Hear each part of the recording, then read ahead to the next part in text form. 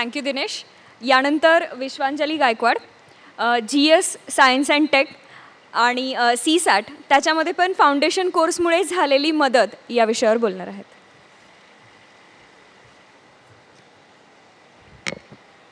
नमस्कार. मी आधी science and टेक्नॉलॉजीचं GS मधला जो पोर्शन आहे तर त्याबद्दल बोलीन. तर प्रिलिमसाठी एक तर सायन्स अँड टेक्नॉलॉजी म्हटलं की असं एकच त्याला सोर्स नाही आहे, पण त्याचे आपण दोन पार्ट्स करू शकतो. एक म्हणजे त्याचा सगळा जो टेक्निकल आणि कन्सेप्च्युअल क्लॅरिटीवाला पार्ट आहे तर तो कुठून करायचा. तर प्रिलिम आणि मेन्स दोन्हीसाठी 6वी ते 10वीपर्यंतचे जे NCERTs आहेत तर त्याच्यामधनं फिजिक्स, केमिस्ट्री, बायोलॉजी ह्या सगळ्याचे बेसिक कन्सेप्ट्स क्लिअर होतात. आणि प्रिलिममध्ये पाहिलं तर दोन प्रकारचे प्रश्न सायन्स अँड टेकवरती येतात. एक म्हणजे कन्सेप्च्युअल प्रश्न असतात तर ते आपण NCERTsमधनं टॅकल करू शकतो, आणि दुसरे असतात ते current affairs related science and technology असतात. आता करंट अफेअर्समध्ये सुद्धा पेपरमध्ये जर का आपण सायन्स अँड टेक्नॉलॉजी रिलेटेड काही वाचलं तर one thing we can do is, त्याच्यामध्ये जर का अशी एखादी टर्म आली न्यूट्रिनो, तर मग तिथे त्यांनी त्या न्यूज आयटममध्ये त्यांनी ते पूर्ण एक्सप्लेन केलेलं नसतं. तर जेव्हा तशी काहीतरी टर्म येईल तेव्हा आय वुड सजेस्ट की ती टर्म आपल्या बेसिक बुक्समध्ये किंवा विकिपीडियावरती चेक करून ठेवायची. म्हणजे आपल्याला करंट ओरिएंटेड प्रश्न आला किंवा करंटमध्ये जे चालू आहे त्याचं ॲक्च्युअल कन्सेप्च्युअल प्रश्न आला तर आपण त्या दोन्हीचं आन्सर देऊ शकतो. And I think this applies for all the subjects with respect to prelims, की जे काही आत्ता करंट न्यूजमध्ये आहे तर त्याच्यामधले असे टर्म्स की जे ते न्यूजमध्ये एक्सप्लेन नाही होणार, तर ते टर्म्स जर का आपण ऑनलाईन किंवा आपल्या बेसिक बुक्समध्ये सर्च करून त्याचं मिनिंग आणि कन्सेप्ट डोक्यात ठेवली तर प्रिलिममध्ये त्याचा जास्त उपयोग होईल. So this is basically for prelims, की तिथे काय करायचं, न्यूजपेपरमधनं येणारे करंट इव्हेंट्स आणि NCERTs for conceptual clarity. Now coming to mains, कधी कधी असं होतं की जर का 10वीनंतर सायन्स अँड टेक्नॉलॉजी केलं नसेल, म्हणजे ते फील्ड नसेल, तर मग थोडीशी भीती वाटते की आम्ही याचा आन्सर लिहू शकतो का. तर technical part in science and technology हा एकदम लिमिटेड आहे. म्हणजे आपल्याला खूप डायमेन्शन्सनी आपण सायन्स अँड टेक्नॉलॉजीचे आन्सर्स GSमध्ये पण लिहू शकतो, आणि त्याच्यामध्ये त्याचं सगळं technical part is very small part. त्यामुळे तिथे घाबरून न जाण्यापेक्षा आपण सिलेबसमध्ये पाहिलं की त्यांनी नक्की सायन्स अँड टेक्नॉलॉजीला कसं डिफाईन केलं आहे. तर we need to know developments and their application and effects, right. So application आणि इफेक्ट्स इन एव्हरीडे लाईफ हे पण तितकेच महत्त्वाचे आहेत. त्यामुळे कुठली पण गोष्ट झाली सायन्स अँड टेक्नॉलॉजी रिलेटेड तर त्याचं थोडंसं एक रफ आयडिया की नक्की ते काय आहे, म्हणजे टेक्निकल आयडिया एवढी आपल्याकडे असेल, पण आपण जर का इफेक्ट्स आणि ॲप्लिकेशनवरती जास्त फोकस केलं तर आपण एक चांगलं कॉम्प्रिहेन्सिव्ह आन्सर लिहू शकतो. आता ॲप्लिकेशन आणि इफेक्ट्स याचा जर का विचार आपण आधीच करून ठेवला असेल तर मग आपल्याला GSमध्ये आन्सर लिहिताना खूप वेळ जाणार नाही. सो आता इफेक्ट्स इन एव्हरीडे लाईफ म्हणजे नक्की कुठले कुठले पाहिजे, तर one thing we can do is, आपला जो अख्खा GSचा सिलेबस आहे, म्हणजे कुठली पण गोष्ट सायन्स अँड टेक्नॉलॉजीच्या फील्डमध्ये जरी झाली तरी त्याचा कल्चरवरती, त्याचा जॉग्रफीवरती, त्याचा may be in health, education, poverty, employment या सगळ्यावरती त्याचा इफेक्ट असतो. सो आपला GSचा सिलेबस डोळ्यासमोर आणायचा आणि जे काही सायन्स टेक्नॉलॉजीमध्ये होतं आहे त्याचा इफेक्ट कसा. तर सोशल मीडिया असेल तर त्याचा कल्चरवरती इफेक्ट आहे, काहीतरी रोबोटिक्समध्ये काहीतरी झालं तर त्याचा डिफेन्स फील्डमध्ये इफेक्ट आहे, हेल्थमध्ये त्याचा ॲप्लिकेशन आहे, एज्युकेशनमध्ये आहे. सो आपल्याला GSमध्ये आन्सर्स लिहिताना फक्त टेक्निकल असं न लिहिता आपल्याला त्याचं ॲप्लिकेशन पण लिहायचं आहे. सो त्याबद्दल मला नाही वाटत की फार भीती वाटली पाहिजे. Even if we are not strong on the technical part we can focus on application and effects.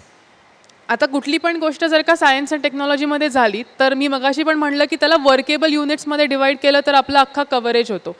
So anything in science and technology will have some technical part, की नक्की त्याचं काय, त्याच्या मागचं मेकॅनिझम काय, आणि ते जर का वाचून कळत नसेल तर इथे व्हिडिओज जर का आपण पाहिले ऑनलाईन तर ते नक्की आपल्याला जास्त लवकर लक्षात राहील आणि ती एक व्हिज्युअल मेमरी आपली तयार होते आणि त्यातनं कन्सेप्च्युअल अंडरस्टँडिंग अजून चांगलं होतं.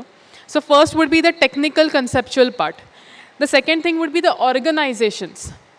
कुठली पण सायन्स अँड टेक्नॉलॉजीमधली गोष्ट आहे तर त्यासाठी काही public organisations, government funded organisations आणि काही प्रायव्हेट ऑर्गनायझेशन्स त्यात काम करतात. सो त्यांची वाटचाल, आता मागच्या वर्षी एक प्रश्न होता with respect to ISRO, right, आणि आपल्याला ऑलमोस्ट त्यांची वाटचाल ट्रेस केल्यासारखं एक उत्तर लिहायचं होतं. तर तिथे फक्त आपल्याला इस्रो आणि त्याच्या सगळ्या स्पेस टेक्नॉलॉजी रिलेटेड टेक्निकल एवढंच आपल्याला नको होतं, पण त्यांनी जे काही सगळा त्यांचा स्पेस प्रोग्राम आहे तर त्याचा वेगवेगळ्या फील्ड्समध्ये ॲप्लिकेशन कसं आहे तर असं मी उत्तर लिहिलं होतं. आणि ॲप्लिकेशन इन व्हेरियस फील्ड्समध्ये अगदी प्रायव्हेट सेक्टरला पण ते कसे एनकरेज करतात. आत्ता बँगलोरमध्ये त्यांचे काही स्पेस पार्क्स आहेत. So from all the fields to how they are encouraging the private sector, असं जर का आपण उत्तर लिहिलं तर ते GSसाठी जे मल्टी डायमेन्शनल आणि ट्रान्सडिसिप्लिनरी आन्सर आपण म्हणतो तर तसं ते इथे होऊ शकतं. So first thing I talked about is the technical aspect. Second thing, the organizations involved. Third thing would be the applications in all fields, जे पण मी आत्ता सांगितलं. त्यानंतर पॉलिसी लेवलला आपण काय करतो आहे, कारण की ते पण महत्त्वाचं आहे की आपल्याला एखादी गोष्ट प्रमोट करायची आहे इंडियामध्ये किंवा वर्ल्डमध्ये तर काही पॉलिसी इनिशिएटिव्स घ्यावे लागतात. तर तसे आपल्याकडे काही आहेत का. आता पॉलिसी इनिशिएटिव्स घेतले तरी काही इश्यूज येतात. नॅनो टेक्नॉलॉजी म्हटलं तर त्याचे ॲप्लिकेशन्स खूप आहेत. But then with respect to pollution वगैरे असे त्याचे काही इश्यूज आहेत. आपण GM क्रॉप्सबद्दल ऐकतो, हे त्याचे इश्यूज आहेत. So there is policy initiative on one hand and the issues that particular field is facing on the other. So हा एक अजून एक पार्ट आहे. आणि हे करत असताना आपण इंडियामध्ये ह्या सायन्स आणि टेक्नॉलॉजीला असं डिस्कस करतो आहे, but where is the world right now with respect to that technology. So आपण कुठल्या पण आपल्या सिलेबसमधल्या पॉईंटला म्हणजे IT, space, computers, robotics, nano technology, biotechnology याला जर का ह्या सगळ्या पॅरामीटर्सवरती आपल्या नोट्स आणि आपला विचार करून ठेवला तर मग ऑलमोस्ट कुठला पण आपल्याला प्रश्न विचारला तर आपण तो सांगू शकतो.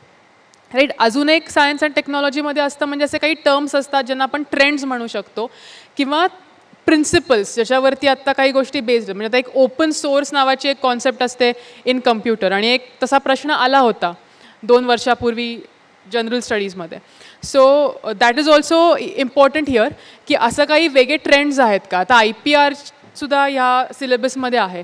तर मग IPR बघताना सुद्धा IPRकडे आपण कसे बघत होतो आणि आता आपण कसे बघणार आहोत.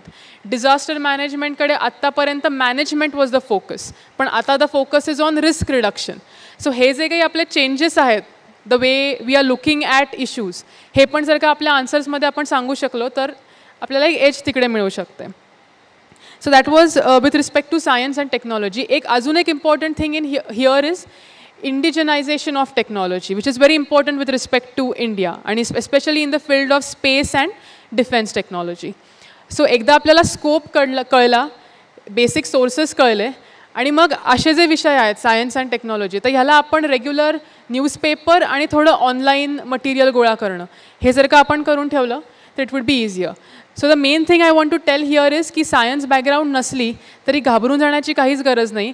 आपल्याला इथे answers, application, effects, policy level ह्यासारखी आपल्याला उत्तरं लिहायची आहेत. त्यामुळे technical part is one part of it, but we also have other parts to focus on. त्यामुळे हे सायन्स अँड टेक्नॉलॉजीसाठी होतं. पुढे मला अजून एक डिस्कस करायचं आहे ते म्हणजे CSAT. आणि CSAT आत्ता आपल्या प्रिलिममध्ये UPSCच्या तिथे जरी ते क्वालिफाईंग असलं तरी आपण बाकीच्या ज्या परीक्षा देतो किंवा अगदी स्पर्धा परीक्षा जरी आपलं क्षेत्र नसलं आणि दुसरं काहीतरी असलं तर प्रत्येक ठिकाणी ॲप्टिट्यूड टेस्ट ही एक मेजर टेस्ट आहे, म्हणजे ही द्यावीच लागते आपल्याला इनव्हेरिएबली. आणि बाकी MPSC असेल किंवा इवन अदर RBI एक्झाम असेल, अदर बँक एक्झाम्स असतील तर तिथेसुद्धा आपल्याला CSATला खूप जास्त महत्त्व आहे. त्यामुळे CSATला नक्की स्ट्रॅटेजी काय फॉलो करायची तर UPSCमध्ये तर क्वालिफाईंग असल्यामुळे एक चूक अशी होते की आपण सारखं काउंट करायला लागतो की मी किती सर्कल्स ब्लॅक केलेत. म्हणजे होतं आहे ना ते क्वालिफाईंगसाठी तर होतं आहे ना, असं सारखं आपण तो विचारता 2 तासामध्येही सारखं काउंट करत बसतो. 2-3 उत्तर सोडवून झाले की तेवढे होत आहेत का 66, होत आहेत का 66 असं आपण करत बसतो. सो तसं न करता 2 तास पूर्ण जेवढं मॅक्झिमम आपल्याला एफर्ट देऊन जेवढे मॅथ्स सॉल्व्ह करता येतील तर तेवढे आपण इथे केले तर त्याचा नक्की फायदा होईल. CSATमध्ये आता मगाशी पण आदित्याने सांगितलं की त्यात 3 पार्ट्स आहेत. एक म्हणजे quant, second thing is reasoning and comprehension. तर त्यातसुद्धा आता आपली स्ट्रेंथ काय आहे आणि आपण सुरुवातीला काय सोडवायचं हे प्रत्येकाचं वेगळं असू शकतं. आणि मला असं वाटतं की ते प्रॅक्टिस केल्याने आपल्याला कळेल की आपण आधी काय सोडवायला पाहिजे. आता इवन क्वांटिटेटिव्ह ॲबिलिटी किंवा रिझनिंग म्हटलं तर त्यातही आपण आपल्या स्ट्रेंथ्स म्हणजे त्यातले जे सब टॉपिक्स असतात, प्रॉफिट अँड लॉस, रिलेशन्स आपल्याला लावायचे असतात किंवा त्यांनी सिटिंग अरेंजमेंट दिलेली असते तर आपल्याला सॉल्व्ह करून कळलेलं असतं की माझ्या कुठल्या टाईपचे क्वेश्चन्स जास्त करेक्ट येतात तर आपण ते जास्त आधी सोडवू शकतो. क्वांट आणि ह्याला speed enhancement is also one thing we need to do. आणि त्यासाठी अशा छोट्या छोट्या गोष्टी की नंबर्सचे स्क्वेअर्स पाठ असणे किंवा काही फॉर्म्युले असतात. एक टिपिकल टाईपचे प्रॉब्लेम्स येतात की देर आर 2 आर्टिकल्स, 1 आर्टिकल आपण 10% प्रॉफिटनी सेल केलं, दुसरं आर्टिकल 10% लॉसनी सेल केलं, आता दोन्हीचा मिळून लॉस होतो आहे का profit? This is a very typical question. So असे जे प्रत्येक सब टॉपिकसाठी टिपिकल क्वेश्चन्स विचारले जातात तर ते कसे सोडवतात हे जर का आपण आधीच लक्षात घेतलं तर तिथे आपला जास्त वेळ जाणार नाही. So to improve our speed and to improve our accuracy आपण अशी प्रॅक्टिस आधी क्वांटिटेटिव्ह ॲबिलिटी आणि रिझनिंगला करू शकतो. लास्टली मी माझी कॉम्प्रिहेन्शन जे असतं तर त्याला माझी स्ट्रॅटेजी काय होतं ते मी सांगते. आता त्याला असं अजिबात गरजेचं नाही आहे की पॅसेजमधला एकूण एक वर्ड आपण वाचला पाहिजे, कारण की जे आपल्याला खाली प्रश्न विचारले तर ते सोडवायला we don't need to read every word. So माझी स्ट्रॅटेजी अशी असते की तो आपल्याला पॅसेज मिळाला की read the first sentence of the passage and the last sentence of the passage. ते वाचलं की आपल्याला कळतं की तो पॅसेज नक्की कशाबद्दल आहे. May be it is on food security, may be it is on the educational system in India, what ever. पण ते जर का आपण पहिलं आणि शेवटचं वाक्य वाचलं तर तो कशाबद्दल आहे आणि साधारण त्या ऑथरचा हे काय व्ह्यू पॉईंट हे आपल्याला कळतं. Then read the questions. मग आपण क्वेश्चन्स वाचले की आपला थोडासा नंतर जो आपण पॅसेज वाचू तो थोडासा डायरेक्टेड होतो की क्वेश्चन्स काय आणि आपल्याला पॅसेजमधनं नक्की शोधायचं काय हे माहिती असेल की आपण ते डोक्यात ठेवून पॅसेज वाचायला लागतो. So that we can do get the central idea, कारण की हा एक कॉमन क्वेश्चन आहे, what is the central theme किंवा what is the argument of the author.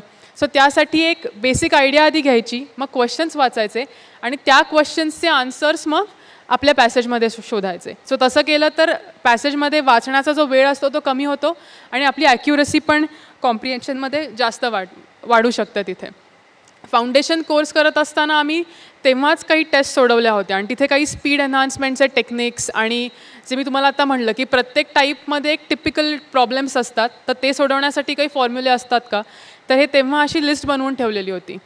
So आत्ता पण सांगितलं की GSला जरी चांगला स्कोर आला तरी असं होऊ शकतं की CSATला नाही आला आणि म्हणून आपण ते क्लिअर नाही करू शकलो. So we cannot take it lightly even if it is qualifying. त्यामुळे मी नक्की सजेस्ट करेन की अगदी विदाऊट प्रॅक्टिस जाण्यापेक्षा 1-2 महिने आधी तरी आणि आपलं स्ट्रेंथ किती आहे त्या विषयामधली हे पाहून जर का आपण आधीच थोडी प्रॅक्टिस सुरू केली तर then it is not that difficult. So thank you once again and all the best to you all.